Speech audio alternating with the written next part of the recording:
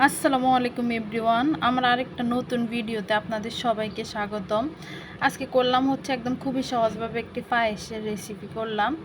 তো প্রথমে হচ্ছে আমি আশা করি সবাই ভালো লাগবে। তো প্রথমে আমি এখানে কড়াইতে 1 কেজি দুধ দিয়ে দিছি।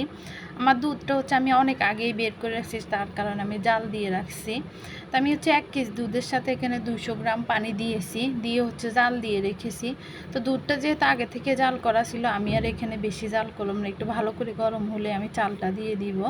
এখানে হচ্ছে আমি চালটা একটু ভালো করে শুকনো কাপড় দিয়ে মুছে হচ্ছে আমি একটু ব্লেন্ডারে হচ্ছে একটু ভেঙে নিয়েছি। তো এই তো আমার দুধটা যখন একদমই ভালোভাবে গরম হয়ে গেছে, এই পর্যায়ে হচ্ছে আমি চালটা দিয়ে দিব।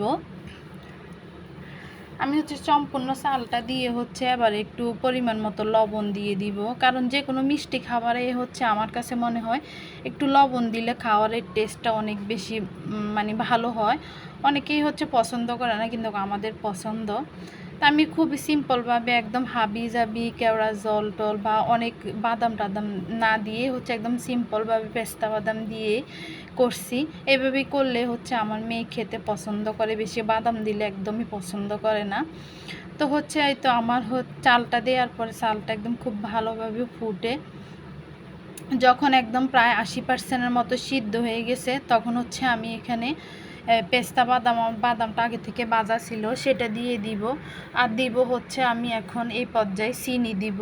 চিনিটা হচ্ছে আমরা আমাদের স্বাদ অনুযায়ী দিয়েছি, যেহেতু দুধটা একটু মিষ্টি মিষ্টি ছিল, একদম খাঁটি দুধ ছিল। তা আপনার যে যার পছন্দ মতো মিষ্টিটা অ্যাড করতে পারেন। আমরা হচ্ছে বাসায় খুব একটা বেশি মিষ্টি আমরা পছন্দ করি না, সেজন্য আমি কমে দিয়েছি। তো এবার হচ্ছে আমি চিনিটার বাদামটা দিয়ে চুলার আঁচটা একদম মাঝারিতে রেখে এবার অনবরত নাড়তে থাকবো, যাতে একদম তলায় না বেঁধে যায়।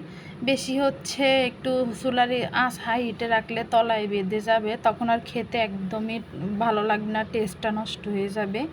তাই তো আমার একদম সব কিছু একদম যখন খুব ভালোভাবে সিদ্ধ হয়ে গেছে, সিদ্ধ হয়ে অনেকটা হচ্ছে টেনে আসছে।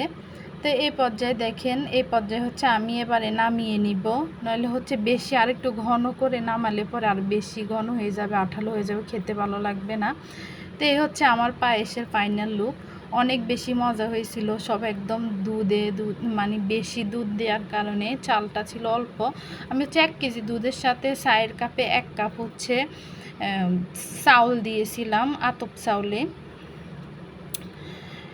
তো এরপরে হচ্ছে আমি দিয়ে হচ্ছে তো পায়েসটা ঠান্ডা হওয়ার পরে একটু খেয়ে নিলাম। তো আজকে পর্যন্ত সবাই ভালো থাকবেন, সুস্থ থাকবেন, আল্লাহ হাফেজ।